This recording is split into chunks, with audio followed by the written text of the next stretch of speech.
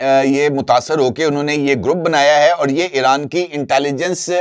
Agency سے منسلک hackers group تصور کیا جاتا ہے۔ حنظلہ نے دعویٰ کیا ہے کہ انہوں نے اسرائیلی وزیر اعظم بنجمن نیتن یاہو کے چیف آف سٹاف تزاکی براورمن کا آئی فون 16 پرو میکس کو ہیک کیا ہے۔ گروپ نے اس آپریشن کو بی بی گیٹ کا نام دیا ہے۔ یہ جو بی بی ہے یہ نیتن یاہو کا نک نیم ہے۔ نیتن یاہو کو ان کے جو حلقہ احباب ہے وہ بی بی کے نام سے پکارتے ہیں۔ اچھا، یہ جو بی بی گیٹ ہے اس کے تحت نیتن یاہو کے حلقہ احباب سے متعلق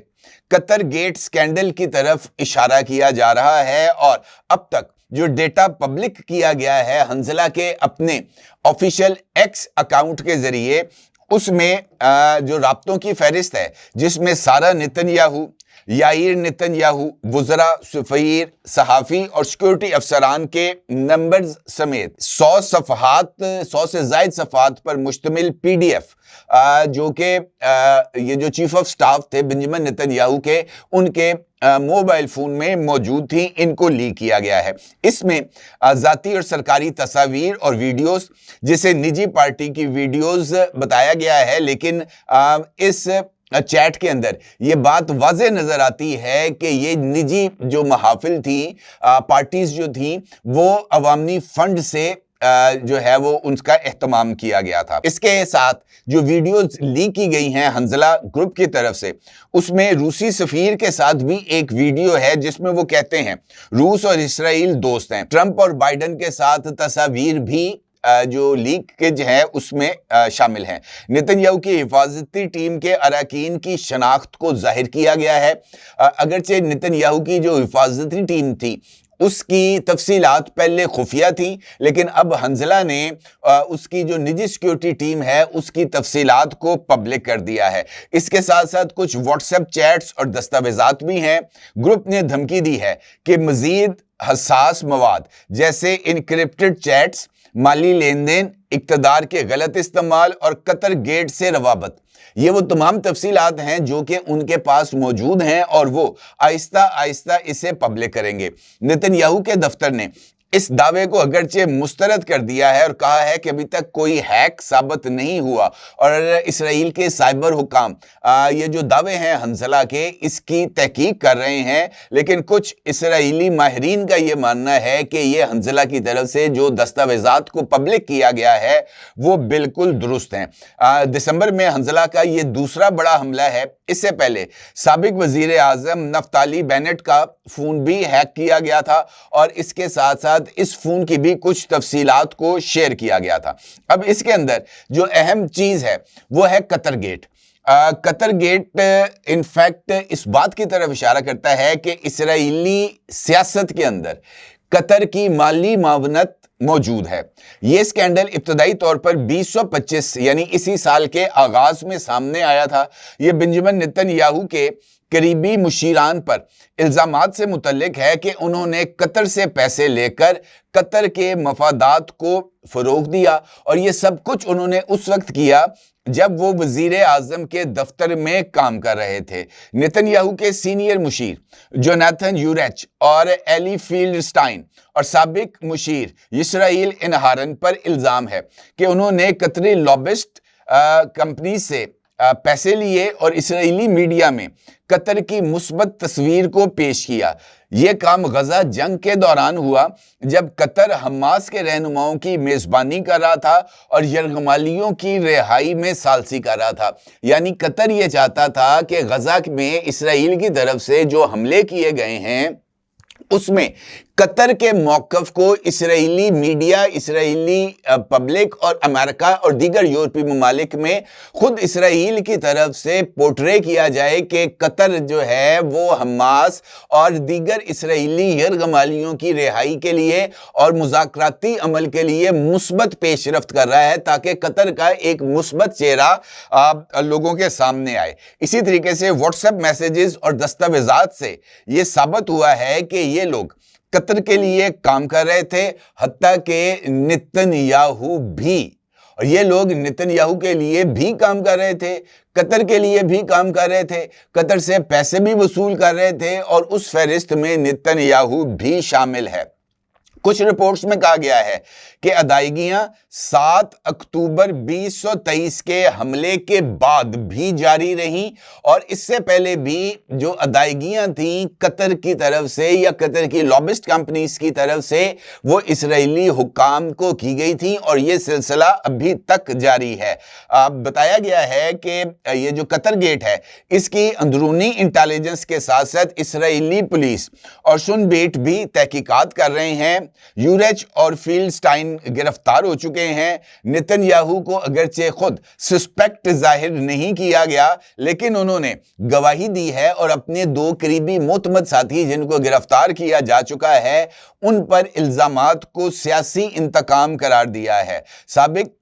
اسرائیلی وزیر اعظم نفتالی بینٹ نے اسے اسرائیلی تاریخ کا سب سے سنگین غداری کا فعل قرار دیا اور اسرائیلی وزیر اعظم نتن یاہو سے استعفے کا مطالبہ بھی کیا، اور اسی طریقے سے نتن یاہو کے جو دیگر مخالف سیاسی رہنما ہیں ان کی طرف سے بھی نتن یاہو کے اور نتن یاہو کی کابینہ کے اراکین پر قطر سے پیسے لینے کے تصدیق کے بعد شدید تنقید کی گئی ہے اور ان سے بھی استعفے کا مطالبہ کیا گیا ہے۔ قطر نے الزامات کو پروپیگنڈا قرار دے کر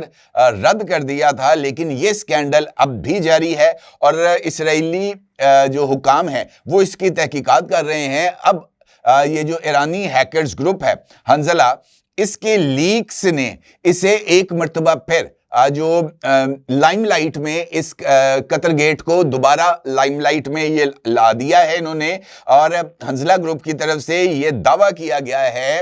کہ یہ جو مزید ثبوت سامنے آ رہے ہیں یا آنے والے ہیں اسرائیلی وزیر اعظم اور ان کی کابینہ کے اراکین کے حوالے سے، وہ زیادہ تر قطر گیٹ سے جڑے ہیں۔ اور اب اگر یہ جو مزید حساس مواد سامنے آیا تو نتن یاہو کی حکومت پر نہ صرف دباؤ میں اضافہ ہوگا بلکہ اس سے جو ہے نا وہ سچویشن نتن یاہو کے لیے اور بھی زیادہ تبدیل ہوگی۔ یہ بات بھی اہمیت کی حامل ہے کہ نتن یاہو پر محض قطر سے پیسے لینے کا الزام نہیں ہے، بلکہ نتن یاہو پر کئی کرپشن کے کیسز آلریڈی چل رہے ہیں، جن میں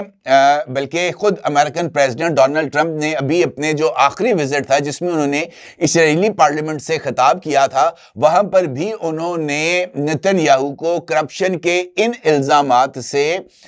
جو ہے نا ان کو بری کرنے کے لیے جو اپیل ہے وہ بھی کی تھی۔ ان میں سے جو کیسز ہیں اس میں 1000 گفٹس کا ایک کیس ہے جو نتن یاہو اور ان کی اہلیہ پر ہے، اور اس کے تحت ان کو بتایا گیا ہے کہ تقریباً $3 لاکھ مالیت کے انہوں نے جو تحائف ہیں وہ وصول کیے۔ بدلے میں نتن یاہو نے میلچن کو، جو کہ ایک ہالی ووڈ ایک پروڈیوسر ہیں، ان کو ویزا اور ٹیکس مسائل میں مدد دی، اور یہ بریچ آف ٹرسٹ کے الزام کے تحت مقدمہ چل رہا ہے۔ اسی طریقے سے میڈیا ڈیل ایک کی گئی تھی 2000 میں، اس میں اسرائیلی اخباروں کے مالکان سے انہوں نے خفیہ طور پر ملاقاتیں کی تھی اور ان کو پیسے دیے تھے۔ اسی طریقے سے بیزک والا افیئر یہ سب سے سنگین ہے، اور نتن یاہو جو کہ کمیونیکیشن منسٹر تھے، انہوں نے ٹیلی کام کمپنی بیزیک کے مالک شاول ایلوچ کو ریگولیٹری فوائد دیے، لاکھوں ڈالر مالیت کے انہوں نے فوائد حاصل کیے۔ تو یہ بڑی ایک طویل فہرست ہے نتن یاہو کی کرپشن کی، اور اس میں اب قطر بھی شامل ہو گیا ہے، اور قطر کی طرف سے یہ جو پیسے دیے جانے کا انکشاف ہے یہ مجھے لگتا ہے کہ یہ اور زیادہ سنگین ہے، کیونکہ حال ہی میں قطر کے حوالے سے یہ جو مختلف چیزیں ہیں کہ وہ کس طریقے سے اپنی ثالثی یا ڈپلومیسی کو ایک ٹول کے طور پر استعمال کرتا ہے، وہ چیزیں بھی ابھی ریسنٹلی سامنے آئی ہیں۔ تو اس کا مطلب یہ ہے کہ قطر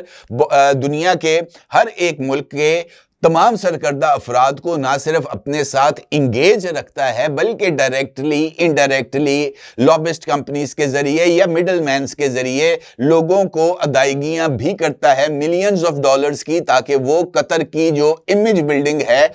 وہ جاری رکھیں، اور اس امیج بلڈنگ کی بنیاد پر ہی قطر اپنا جو مثبت سفارتی یا ثالثی چہرہ ہے وہ دنیا کے سامنے رکھتا ہے۔ تو یہ بڑا جناب ڈیپ قسم کا کھیل ہے جو کہ اس وقت چل رہا ہے، اور دیکھنا یہ ہے کہ قطر کی طرف سے اسرائیل کو یہ جو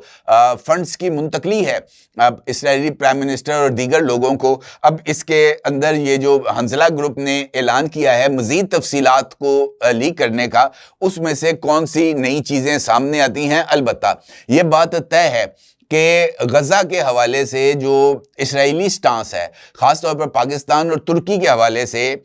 اس پر دیکھنا یہ ہے کہ ان کی طرف سے اس نقطے کو اٹھائے جانے کے بعد ڈونلڈ ٹرمپ کا کیا رد عمل سامنے آتا ہے۔ کیا ڈونلڈ ٹرمپ اسرائیلی وزیر اعظم کی بات کو تسلیم کرتے ہیں یا اس بات پر قائم رہتے ہیں کہ پاکستان اور ترکی انٹرنیشنل اسٹیبلائزیشن فورس کا حصہ ہوں گے؟ کیونکہ اسرائیل یہ سمجھتا ہے کہ ترکی کا دوبارہ فلسطین میں قدم جمانا اس کے لیے سلطنت عثمانیہ کے احیاء کا سبب بنے گا۔ کچھ اس طرح کی بھی چیزیں چل رہی ہیں، دیکھنا یہ ہے کہ اس کا کیا نتیجہ نکلتا ہے۔ اپنی جگہ ضرور اظہار کیجیے گا۔ آپ کو بہت شکریہ۔ اللہ حافظ۔